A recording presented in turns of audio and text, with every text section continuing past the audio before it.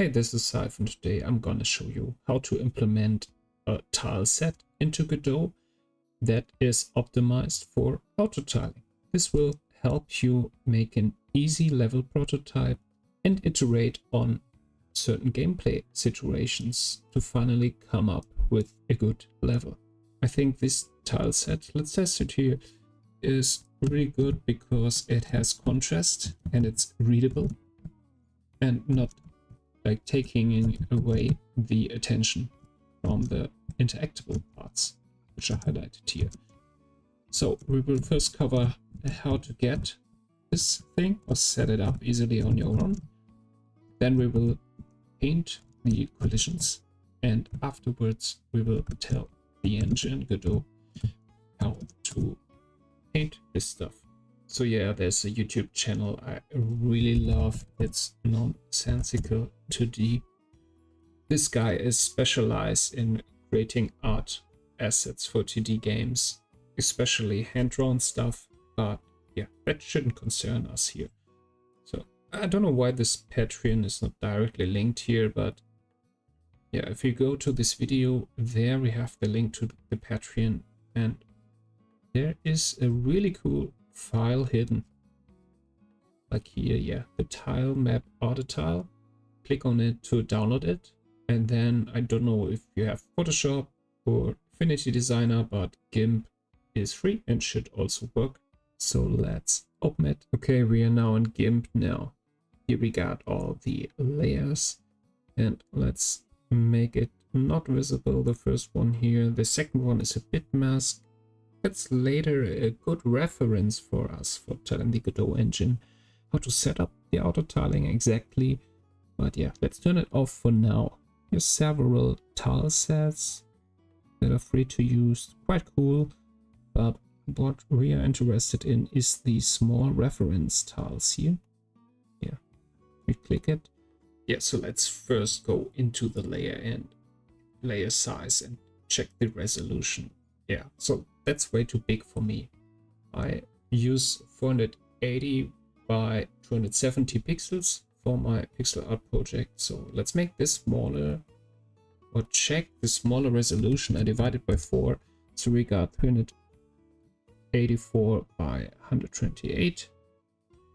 I will just simply move to Canva and make such a small file for design, and then I will export it. You can just go here, export to, change it to PNG, and then export it. Then I just dragged and dropped the exported file into Canva, and now I'm gonna download this as a PNG in the determined resolution here. Okay, now we got the downloaded file here with the really low resolution. Let's drag it into our project. I have a project here that has already a player that can move and jump, so we will be able to test it. So what we're gonna do now, there's a tile set. Okay, we're gonna create a new scene. Let's pick 2D scene. Let's name it like Autotile test level. What we're gonna need, of course, is the player to move inside this, and we will need a tile map. So I'm gonna create a tile map, and what we need here under the tile map inspector, tile set. It's for now empty, so let's create new tile set. And there we go. Down here, we will make some adjustments. Let's go to tile set and add a new one. We go to Atlas, then we pick our design. Hit yes, and there we are. Let's make this bigger. You can zoom in by scrolling the mouse wheel here. So Godot automatically detects some of the tiles here correctly, and this is actually here no information, I guess. So let's right click, delete this stuff, And there we go.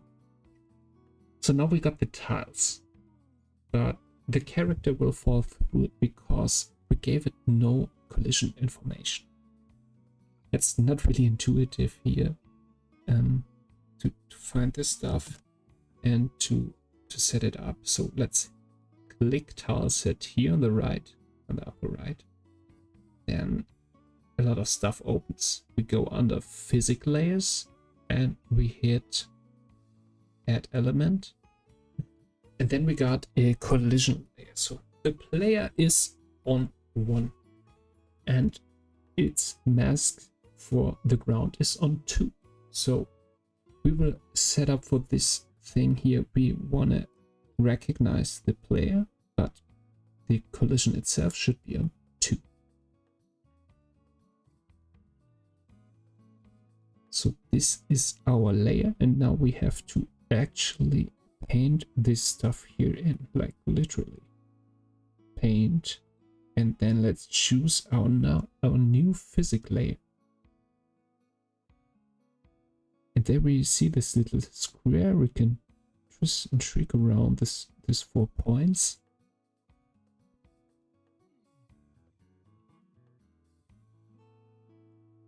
Oh, actually, I made a mistake here. Because it's right on the background. Oh, this could happen. Let's head back to Canva, and now we want to download it with transparent background. Because that's... yeah, that's easier to detect here, the edges. In Godot, it's hard to see and it blurs a little bit. So let's do that. Transparent background.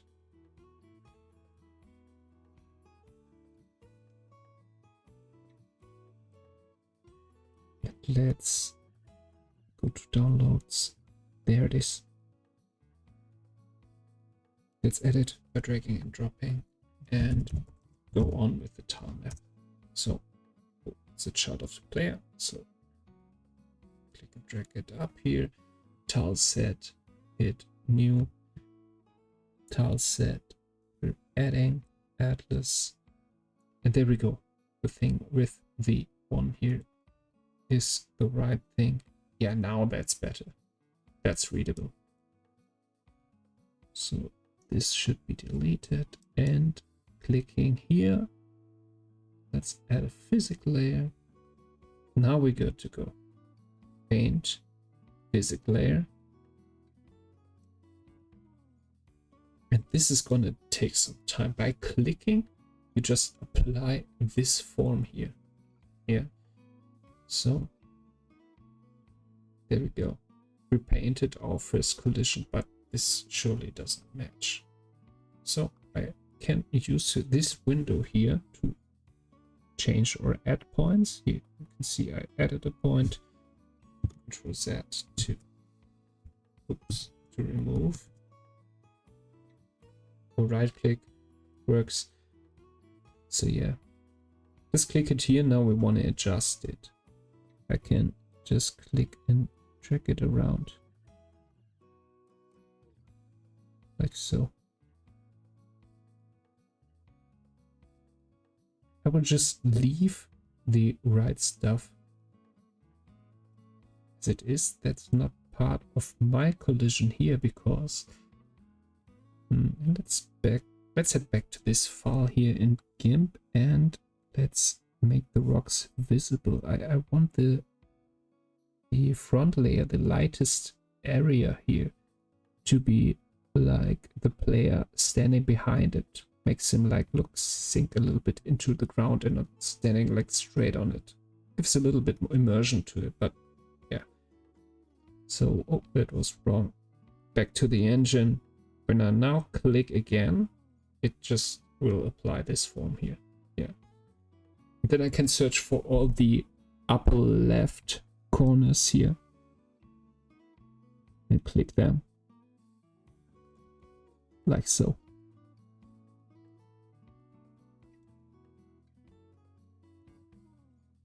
here again. Yeah.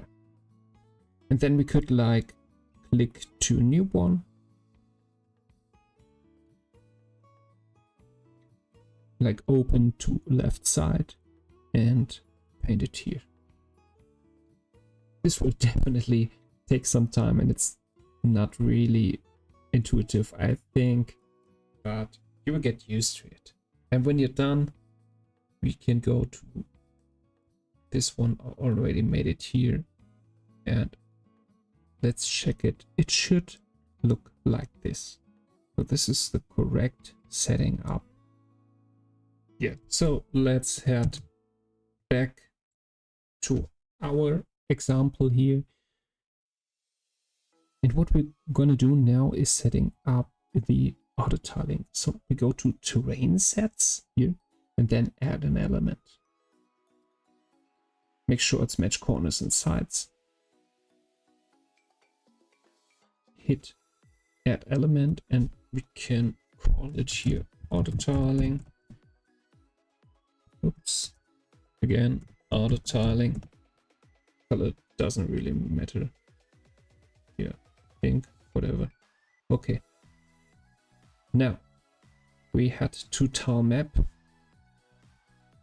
terrains. And there it is, but it's empty for now. We cannot paint anything because we didn't tell Godot yet when to paint what tile. So let's paint again. Terrains, terrain set 0, and there we are. It's a little bit different here. We have these little cubes here. We're telling the program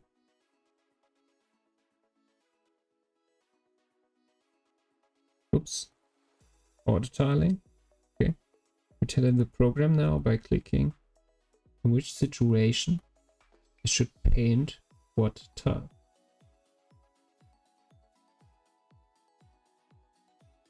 This will be like this. For example, if you have something like here, you should make them all pink, because if there's only black around, it should also connect only with the black ones. But yeah, if I know that's kind of confusing at the beginning, and now we're gonna come back to our bit mask from the beginning. This red stuff is just telling you how to actually paint. So this is like two cubes next to each other. Yeah, if you're following this, you shouldn't get it wrong, and then you're close to be done. Yeah, it should look like this then in the end. And all you have to do then is go into your test level. I will now be in the test scene dash here, and if you want to paint it, you go to tilemap, terrains, the tab terrains, and there under the terrain set 0, there you should be your autotile set. Then you can select the black one, or this one, or a corner.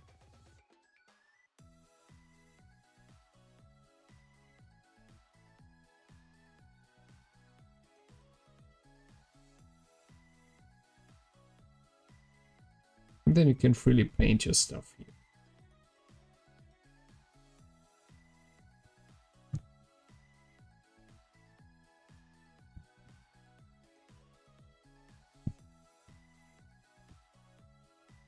So then you can paint your stuff like black one here, the big blocks, or let's do a little corner, this corner.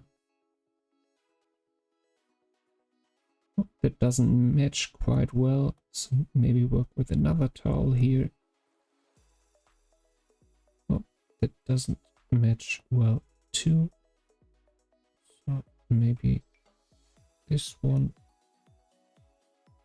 Yeah, takes some time to get used to it, but then we got it and we can make super fast prototyping with a good readability, because before that I just used static bodies with the collision polygon and under the debugging made it visible. So visible collision shapes. If I'm playtesting it, yeah, it looks like this. And for me it was useful because I changed the collision when in sliding state, so that, or like knowing when there's damage to the player on some obstacles. But yeah, autotiling is, I think, way easier and way better to iterate on a lot of situations, and yeah, getting feedback on playtesting and stuff like that. So I hope this one helped you, and see you soon. Bye bye.